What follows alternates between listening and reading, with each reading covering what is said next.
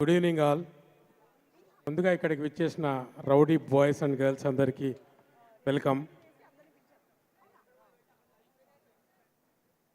Kingdom 1.5 year back start అయినప్పుడు గౌతమ్ నాకు కథ చెప్పాడు. కథ చెప్పినప్పుడు ఇంత ఇంట్రెస్ట్ ఉంది. మొన్న నాగవంశి గారు ఎక్కడో అన్నారు, ఇది గౌతమ్ కేజీఎఫ్ తీస్తే ఎలా ఉంటుందో అలా ఉంటుందని. అది అక్షరాల నిజం. మంచి ఇంటెన్స్ ఫిలిం అనమాట ఇది. సో ఇందులో అన్ని ఎమోషన్స్తో కూడిన 4-5 పాటలు రాసే ఛాన్స్ నాకు దొరకడం, అన్ని పాటలు నేనే రాయడం చాలా హ్యాపీగా ఉంది. ముందుగా నేను కొద్దిమందికి థ్యాంక్స్ చెప్పుకోవాలి. ఈ అవకాశం ఇచ్చిన గౌతమ్ తిన్ననూరి గారికి థ్యాంక్ యూ చెప్పాలి, ప్రొడ్యూసర్స్ నాగవంశి గారికి చెప్పాలి, అండ్ రాక్ స్టార్ అనిరుద్. రీసెంట్గా ఓ పక్కన మోనికా సాంగ్ మోగుతూనే ఉంది, ఆ పాట రాయడం జరిగింది. ప్లస్ ఇందులో అన్న అంటేనే అంటూ ఒక ఎమోషనల్ సాంగ్ రాసే, అంటే ఆయన అది చేయగలడు ఇది చేయగలడు, అందుకే ఆయన రాక్ స్టార్ అయ్యాడు.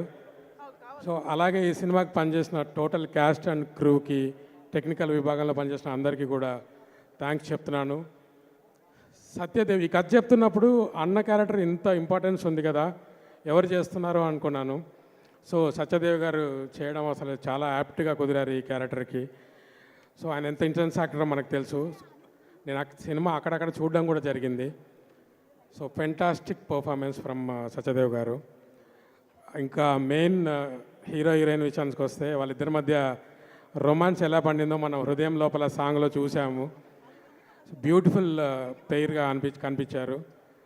సో విజయ్ గారికి తన పాత అంటే అర్జున్ రెడ్డితో సహా అన్ని రికార్డులని ఈ సినిమా బ్రేక్ చేయాలని, చాలా పెద్ద విజయవంతం అవ్వాలని మనస్ఫూర్తిగా కోరుకుంటూ, July 31st, see you all in theaters. Thank you all. Bye.